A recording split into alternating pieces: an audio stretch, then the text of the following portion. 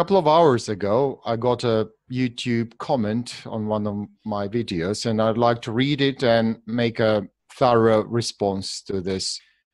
I have an honest question. As a former elder, did you know about the falsehoods and cover-ups that took place in the congregations? I know that you woke up from this insidious evil organization, but I'm curious about how you were affected by it. I'm not judging, nor am accusing anything. I'm truly wondering if you saw the effect that hurt those who had troubles of their own. I'm so very glad that you're willing to share your thoughts from the standpoint of an ex-elder, and I do respect you because you did leave it behind. I'm certain that you are a decent person who got sold a bag of poo. That's a valid question, and I'm really willing to answer what you said. Did I notice that something was wrong? I have to say that I was in a state of a deep dream, the kind of dream that's well described in a movie I watched called Inception. Very deep dream, and you're not aware of the reality at all. And that's pretty much the situation I was in. I was completely 100% convinced that I belong to the right organization and that I'm doing right things. Why was I susceptible to becoming one of Jehovah's Witnesses? I will talk for myself, and I'm not saying that everybody has the same reasons. As I discovered, or still have, by the way, but I'm working on it, certain, I'd say, emotional susceptibility for a cult-like organization like Jehovah's Witnesses. In a way, it helped me as a crutch. It helped me as a cage in which I felt secure and safe. So I wouldn't have to confront what I'm deep within me. The same as Inception movie, there was something that I realized was not really right, as if that, the thing that was whirling, like spinning top that spins indefinitely in a dream, but falls over in reality. I had that, and I would call that kind of a reality check was my conscience. On several occasions during my eldership, and even before, I had moments of clarity where my conscience really hurt, and I realized that it was not the problem with anybody or the situation there, but the problem lies within me. And then I realized how misled I might have been. It's difficult to explain these things in detail. I sensed something was wrong, and I did some extensive reading of psychological literature in order to understand what's happening inside of me. And I believe that helped me to be subconsciously, still keep in mind that I'm dreaming, but subconsciously in a dream, I knew it was a dream. When you're dreaming, it's a dream. But yet you're still dreaming until something shockingly happens in your dream and wakes you up. In the movie Inception, it has to be a kick to wake you up. You fall in a bathtub, and then it snaps you to a different level of consciousness. Fortunately, when I look back, that happened to my wife and myself.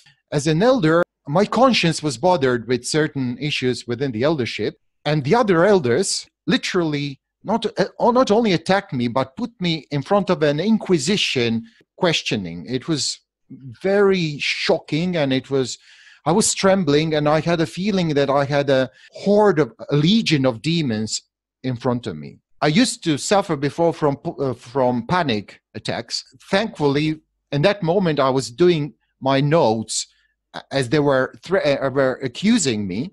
I did notes, so I didn't have a blackout. However, that moment, at 4 hours of questioning, not only helped me to understand how do others feel when being summoned in front of the judicial committee, how shocking, how terrifying, how heart-rending it must be for those individuals, whether they did commit sin or not, but it's nevertheless so humiliating. I understood how they felt, but also I understood it was like a kick. Something's wrong. And that kick made me susceptible for other kicks. Actually, I needed input from reality, and internet helped me tremendously there to tell apart what's true, what's false, what's dream, what's reality. And that's how I came to where I am now. My wife and I, we wrote a letter of disassociation because our guts couldn't cope with it anymore. We couldn't be recognized as a part of that organization. We couldn't be part of the system that applied such horrible measures of mind control and outright lies. I have to admit that some of the things I did as an elder were not really okay. Not only not really okay, but they did amount to works of a Pharisee. I was a Pharisee to some extent, and I ask for forgiveness of those of you who understand English and are listening to my testimony here. What would be my counsel for those of you who are still of you who are watching these videos? Well, try to listen to your conscience and try to listen to what God says in the Bible. Now, I know it seems superficial, but try to figure out what does the Bible say about it. There are many different opinions about what you do and what you should do.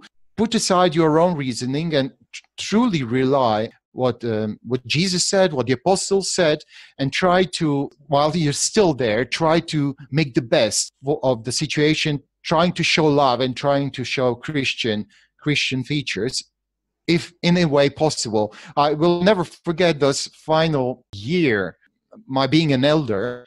That's exactly what I tried. I rewrite the outlines of the organization. I try to make inputs of truth into the talks I gave, hoping that I would again do the kick to someone else.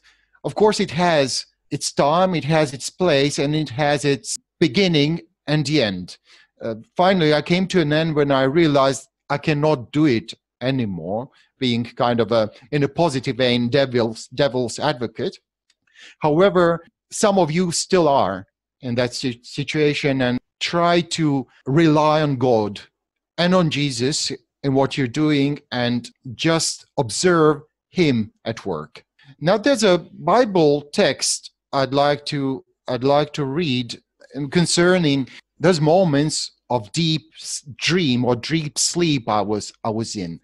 Actually, apart from conscience, there's other thing that can help anybody awaken from the state of that deep dream, or that powerful sedative we're being given at the meetings and through the literature, or the shared dream world. It's 2 Corinthians 11. For such men are false apostles, deceitful workers, distinguishing themselves as apostles of Christ. And no wonder, for Satan himself keeps disguising himself as an angel of light. It is therefore nothing extraordinary if his ministers also keep disguising themselves as ministers of righteousness. But their end will be according to their works. It's in a way similar to what Jesus said. You will recognize them by their fruits. Do your Bible research and try to compare what you're hearing at the meetings with what the Bible really says. And you won't be harmed that much by the false teachings.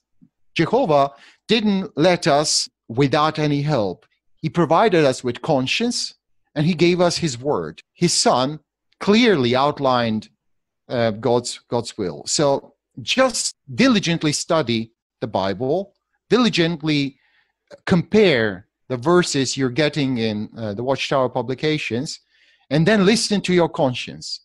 And I'm sure that you will come to the right conclusion.